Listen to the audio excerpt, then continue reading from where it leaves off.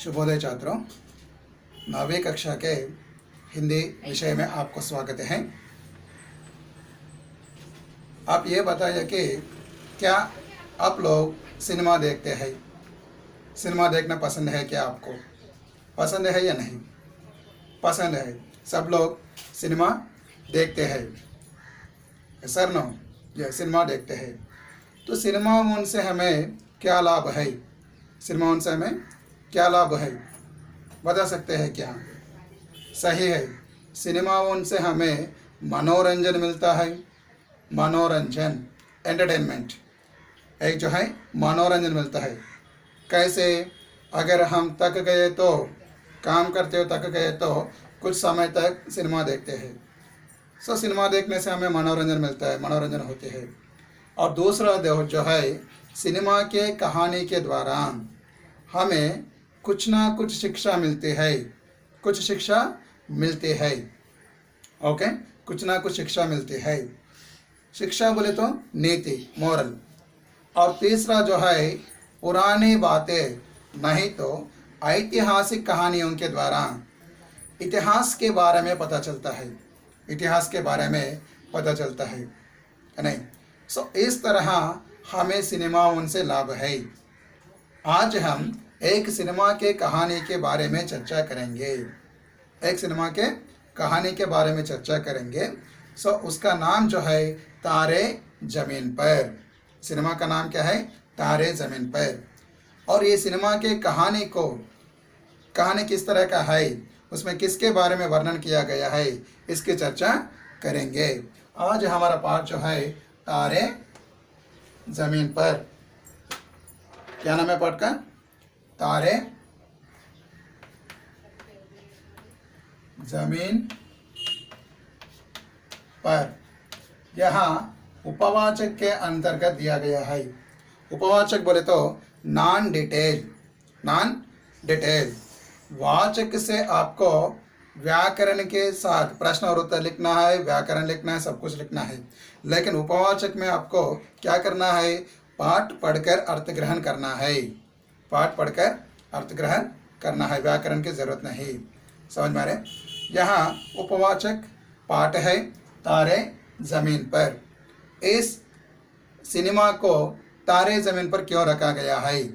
अगर इस कहानी देखे तो, कहानी सिनेमा देखे तो आपको मालूम पड़ेगा कि तारे जो है कहाँ रहते हैं?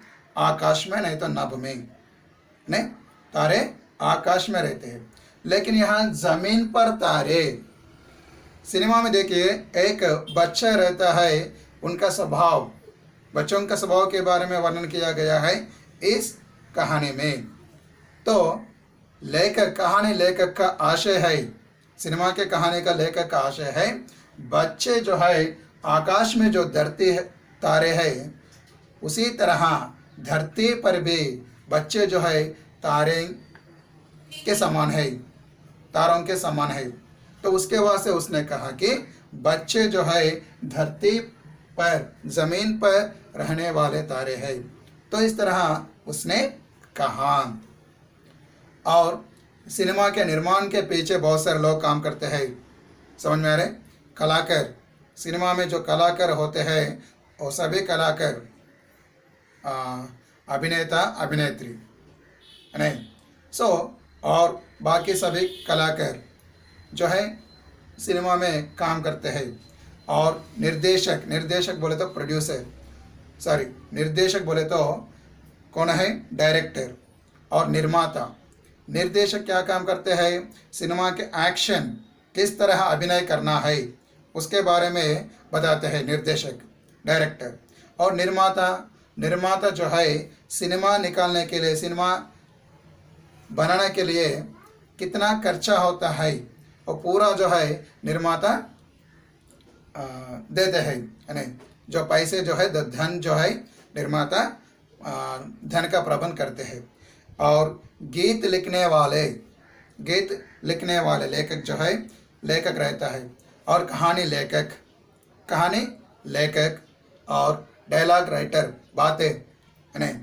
और संगीत, म्यूज़िक डायरेक्टर। और गीत गाने वाले गायक और कैमरामैन, ये सभी लोग सिनेमा निकलने के लिए सिनेमा बनाने के लिए सिनेमा के निर्माण के पीछे ये सब लोग काम करते हैं नहीं। तो यहाँ तारे ज़मीन पर पार्ट जो है इसका निर्माता और निर्देशक जो है आमिर खान। निर्माता और निर्देशक कौन है? आमिर खान। आमिर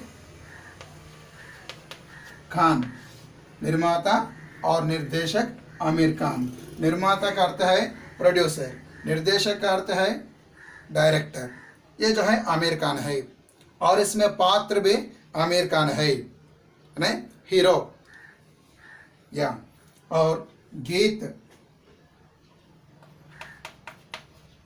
जो है कौन है? प्रसून जोशी।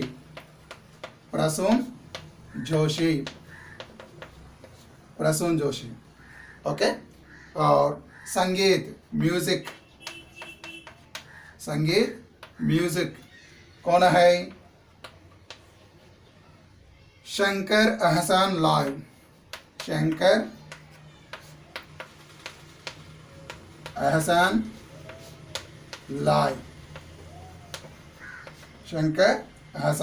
लाय ये जो है म्यूजिक डायरेक्टर।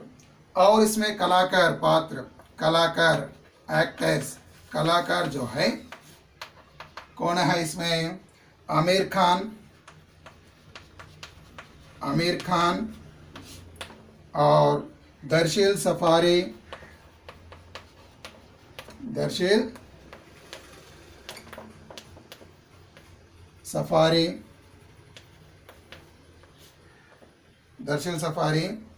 टिस्का चोपड़ा को चोपड़ा लिखते हैं। टिस्का चोपड़ा, विपिन शर्मा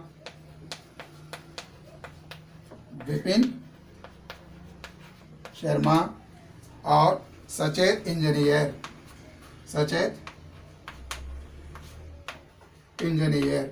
ये जो है प्रधान कलाकार है।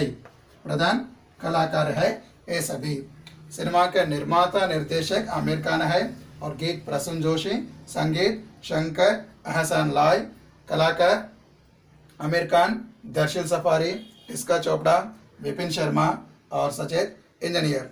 ये जो है प्रधान कलाकार है इस सिनेमा में।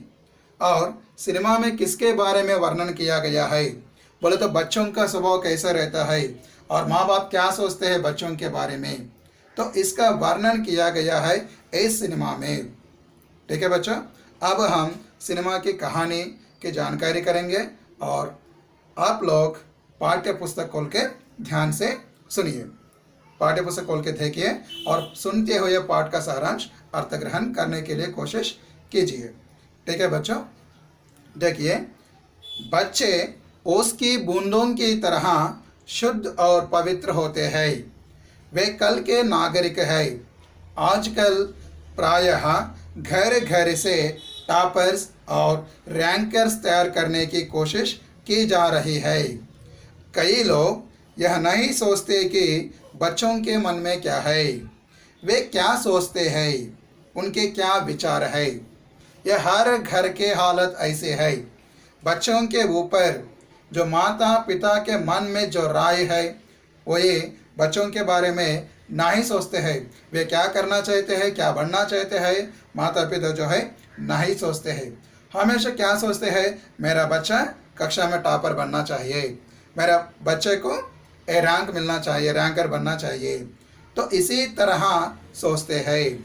वही दिया गया है यहाँ पे, बच्चे ओस की बूंदों की तरह शुद्ध और पवित्र होते हैं। पाठ के अर्थ ग्रहण करने के लिए कुछ शब्दों के, नए शब्दों के अर्थ लिख सकते हैं आप लोग। मैं शब्दार्थ देता हूँ, शब्दार्थ दे रहा हूँ। बच्चे जो है ओस की बूंदों की तरह, ओस बोले तो ड्यू, ओस का अर्थ है ड्यू, ड्यू ड्रॉप्स।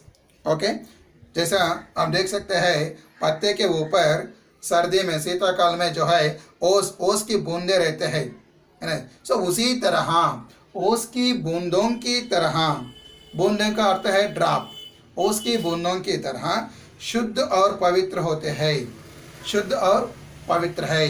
बच्चे जो है शुद्ध और पवित्र मन वाले हैं, बच्चों का मन शुद्ध और पवित्र है। जिस तरह ओस की बूंद रहते हैं उसी तरह बच्चे शुद्ध और पवित्र है। या शुद्ध बोले तो क्लीन, शुद्ध क्लीन।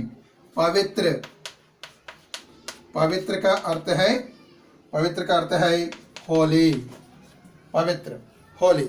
बच्चे जो है शुद्ध मन वाले और पवित्र मन वाले हैं, वे कल के नागरिक है, कल के नागरिक है। हम कह सकते हैं, हम कहते हैं कि आज का बच्चा कल का नागरिक है। Today children are tomorrow's citizen. समझ में आ रही। सो वे कल के नागरिक है, कल बोले तो टुमारो, और नागरिक, नागरिक बोले तो सिटीजन। नागरिक का अर्थ है सिटीजन, नागरिक का अर्थ है सिटीजन। वे कल के नागरिक है, आज का बच्चा कल का नागरिक है। आजकल प्रायः घर घर से टॉपर्स और रैंकर्स तैयार करने की कोशिश की जा रही है। आजकल नवेडेज, आजकल क्या किया जा रहा है, हर घर में टॉपर्स, बच्चों को टॉपर्स और रैंकर्स तैयार करना, बच्चों को टॉपर्स तैयार करना, रैंकर्स तैयार करना। लेकिन बच्चों के मन में क्या है, वे क्या बनना चाहते हैं, क्या करना चाहते हैं, कोई भी नहीं सोच रहे, नहीं। हर घर में टॉपर्स, ये अंग्रेजी का शब्द है टॉपर, और रैंकर्स, रैंक मिलने वाले, रैंकर, रैंकर्स तैयार करने की कोशिश किए जा रहे हैं। कोशिश बोले तो ट्राई और एफर्ट, कोशिश, इसका अर्थ है ट्राई, टू ट्राई और एफर्ट। सो एवरी हाउस, हर घर में बच्चों को रैंकर बनाने के लिए, नहीं तो टॉपर बनाने के लिए कोशिश कर रहे हैं सब लोग। कई लोग यह नहीं सोचते हैं कि बच्चों के मन में क्या है। कई लोग, बहुत सारे लोग, ज़्यादा से ज़्यादा लोग नहीं सोचते हैं कि बच्चों के मन में क्या है, वे क्या सोचते हैं, बच्चे जो है क्या सोचते हैं, क्या करना चाहते हैं, आगे चलकर क्या बनना चाहते हैं, वे कभी भी नहीं सोचते हैं। और उनके क्या विचार है, विचार बोले तो thought, what is a thought, what they are thinking, what children are thinking, what they want to become, इसके बारे में नहीं सोचते हैं हर घर में माँ बाप। समझ में आ रहा बच्चों? क्या ये घरों के हालत है। इन्हीं प्रश्नों को आमिर खान ने अपने फिल्म तारे ज़मीन पर में उठाया। इन्हीं प्रश्नों को लेकर हर घर में माता पिता क्या सोचते हैं बच्चों के बारे में, लेकिन बच्चों के मन में क्या है, वे क्या करना चाहते हैं, इन्हीं प्रश्नों को लेकर आमिर खान ने अपने सिनेमे में उठाया। कौन सा सिनेमा? तारे ज़मीन पर, तारे ज़मीन पर में उठाया। समझ में आ रहा है? तारे ज़मीन, ज़मीन का अर्थ है अर्थ। इन्हीं प्रश्नों को लेकर आमिर खान ने अपने सिनेमा में यही प्रश्नों को उठाया है। फिल्म की कहानी इस प्रकार है। फिल्म की कहानी, कहानी बोले तो सिनेमा, स्टोरी, सॉरी, कहानी का अर्थ है स्टोरी। स्टोरी इस प्रकार है, कहानी इस प्रकार है। अब हम कहानी के बारे में जानकारी करेंगे। क्या है कहानी में? 8 वर्षीय ईशान अवस्थी का मन पढ़ाई के बजाय कुत्तों, मछलियों और पेंटिंग में लगता है। उसके माता पिता कहते हैं कि वह अपने पढ़ाई पर ध्यान दे, लेकिन कोई नतीजा नहीं निकलता। ईशान घर पर माता पिता की डांट खाता है और स्कूल में अध्यापकों की। कोई भी यह जानने की कोशिश नहीं करता कि ईशान पढ़ाई पर ध्यान क्यों नहीं दे रहा है। इसके बजाय वे ईशान को बोर्डिंग स्कूल भेज देते हैं। देखिए, 8 वर्षे, 8 बोले तो 8, वर्षेय, वर्षेय, यहाँ देखिए वर्षेय, वर्ष प्लस एय, वर्ष बोले तो ईयर, ईयर, वर्ष का अर्थ है ईयर। 8 वर्षीय बोले तो 8 years एज, आयु वाले, 8 वर्ष आयु वाले ईशान अवस्थी। क्या नाम है यहाँ सिनेमा में बच्चे का नाम? यहाँ देखिए ईशान अवस्थी सिनेमा में कैरेक्टर का नाम है, पात्र का नाम है, लेकिन कोष्टक में ब्रैकेट में जो दिया गया दर्शिल सफाई उस लड़के का असली नाम है दर्शिल सफाई। समझ में आ रहे? दर्शिल सफारी लड़के का असली नाम है, लेकिन ईशान अवस्थी सिनेमा में पात्र का नाम है, बच्चे के पात्र का नाम है।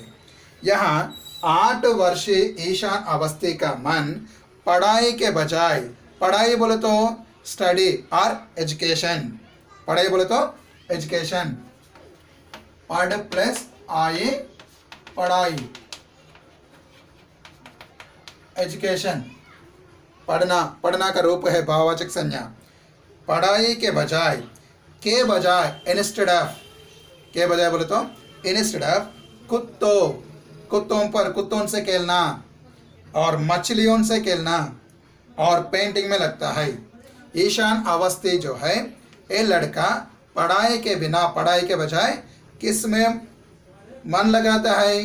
कुत्तों से खेलना, कुत्तों से खेलना, कुत्ता बोले तो डॉग, मछलियों से खेलना, वहाँ मछली पकड़कर अपने बोतल में, पीने के पानी के बोतल में मछली को डालकर अपने घर को लाकर एक्वेरियम में डालता है ना सर। इस तरह मछलियों से खेलता है और पेंटिंग बनाता है, पेंटिंग, पेंटिंग, पेंटिंग बनाता है। लेकिन माँ बाप क्या करते हैं? हमेशा पढ़ो पढ़ो पढ़ो बोल के बोलते हैं, लेकिन पढ़ना उसको पसंद नहीं है, पढ़ना उसको पसंद नहीं है। किस में पसंद है? कुत्तों से खेलना, मछलियों से खेलना और पेंटिंग, पेंटिंग में मन लगता है पढ़ाई के बजाय। उसके माता पिता चाहते हैं कि वह अपना पढ़ाई पर ध्यान दे। उसके माता पिता क्या सोचते हैं? अगर आप भी बाहर जाकर खेले तो माता पिता क्या कहते हैं? गालियाँ देते हैं, बाहर क्यों खेल रहे हैं, पढ़ो बोल के बोलते हैं, है नहीं? इसी तरह ईशान अवस्थी के माता पिता भी क्या चाहते हैं बोले तो अपनी पढ़ाई पर ध्यान दे। That boy should concentrate on his studies. ध्यान का अर्थ है कॉन्सेंट्रेशन, ओके या पढ़ाई पर ध्यान दे, लेकिन कोई नतीजा नहीं निकलता। नतीजा बोले तो result, but there is no result. नतीजा,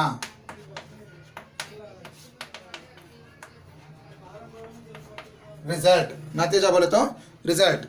हमेशा बार बार बोल रहे हैं नहीं, खेलना मत, पढ़ाई पर ध्यान दो, अगर पढ़े तो तुम अपना भविष्य का निर्माण कर सकते हैं। तो इस तरह बोल रहे हैं, लेकिन बच्चे को पढ़ना पसंद नहीं है। क्या कर रहे हैं? क्या कर रहे हैं? हमेशा कुत्तों से खेल रहे हैं नहीं, और मछलियों से और पेंटिंग करना, तो इसमें ही अपना समय व्यतीत कर रहा है, लेकिन पढ़ने में समय को व्यतीत नहीं कर रहा है। लेकिन कोई नतीजा नहीं निकलता। बहुत सारे समय बोले थे माता पिता ने, लेकिन कोई नतीजा नहीं है, but there is no change in their boys behaviour. Ishaan घर पर माता पिता के डांट खाता है और स्कूल में अध्यापकों की।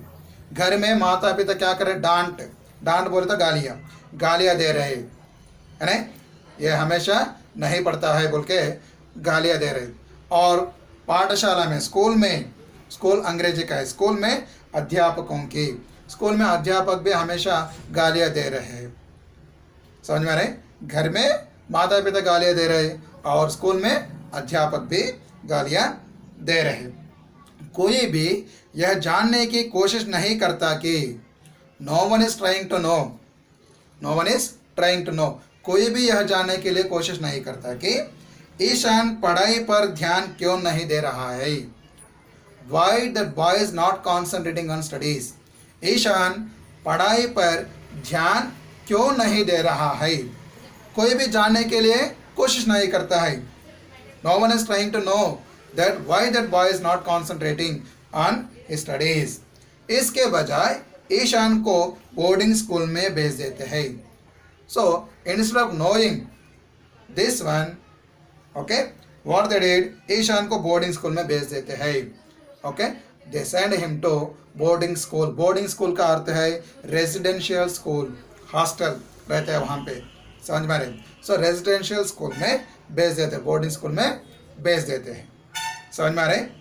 स्कूल बदला दिया गया है, यहाँ से लेकर ईशान को बोर्डिंग स्कूल में भेज दिए थे. तो इस तरह माता पिता जो है ईशान क्यों पढ़ाई पर ध्यान नहीं दे रहा है इसके बारे में सोचने के बजाय उसको लेकर बोर्डिंग स्कूल में भेज दिए थे.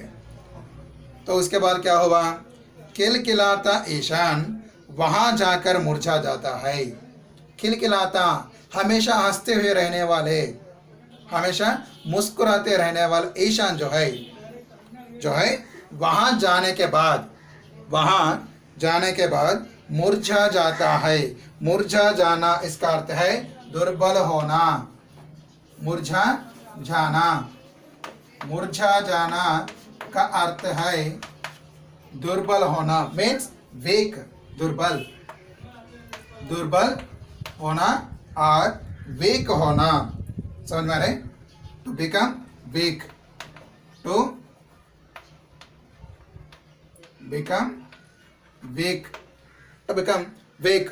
He became weak यहाँ से वहाँ बोर्डिंग स्कूल में जाने के बाद, क्योंकि वहाँ पे माता पिता नहीं और ईशान के लिए एक भैया रहता है, वो भी वहाँ नहीं रहता है, समझ में आ रही. माता पिता से दूर में रहना है. इसके पहले माता पिता को छोड़कर वो अपना समय कभी भी व्यतीत नहीं किए थे. तो इसके वास्ते ये जो है वहाँ जाकर मुरझा जाता है. वह हमेशा सहमा और उदास रहने लगता है.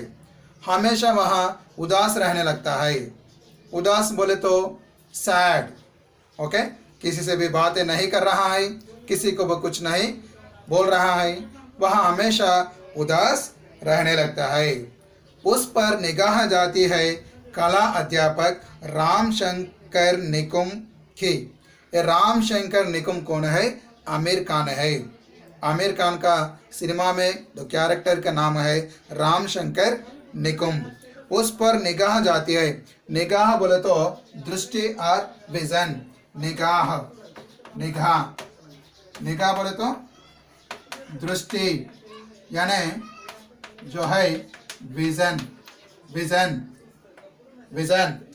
दृष्टि जाती है, निगाह जाती है. कला अध्यापक बोले तो art and craft teacher Ramshankar Nikum के. निकुम सर उसकी उदासी का पता लगाते हैं. Inquired why that boy is like that. Nikum sir, Ramshankar Nikum sir उसकी उदासी का पता लगाते हैं. उदासी बोले तो सैडनेस, समझ में आ रही. उसकी उदासी का पता लगाते हैं और उन्हें पता चलता है कि ईशान बहुत प्रतिभाशाली है. पता लगाते हैं ऐसा. He inquired why that boy is like that and he came to know that Ishan प्रतिभाशाली बालक है, बहुत प्रतिभाशाली है. प्रतिभाशाली मीन्स, प्रतिभा मीन्स टैलेंट. प्रतिभा का अर्थ है talent. Ishan was a clever boy, Ishan was a talented boy, लेकिन डिसलेक्सिया से पीड़ित है. लेकिन वो लड़का जो है डिसलेक्सिया से पीड़ित है. डिसलेक्सिया इज ए डिसीज, समझ में रहे. बच्चे जो है अक्षरों को नहीं पहचान कर सकते हैं, अक्षरों को पहचान नहीं कर सकते हैं. वो जो है अक्षरों को पहचान नहीं कर सकते हैं, नहीं पढ़ सकते हैं, उसे हम डिसलेक्सिया कहते हैं. Okay, according to psychology dyslexia कहते हैं. डिसलेक्सिया की समस्या से पीड़ित है. वहाँ डिसलेक्सिया की समस्या से पीड़ित है, लेकिन ईशान जो है बहुत प्रतिभाशाली बालक है. Ishaan is a talented boy but he was suffering with a disease that is dyslexia.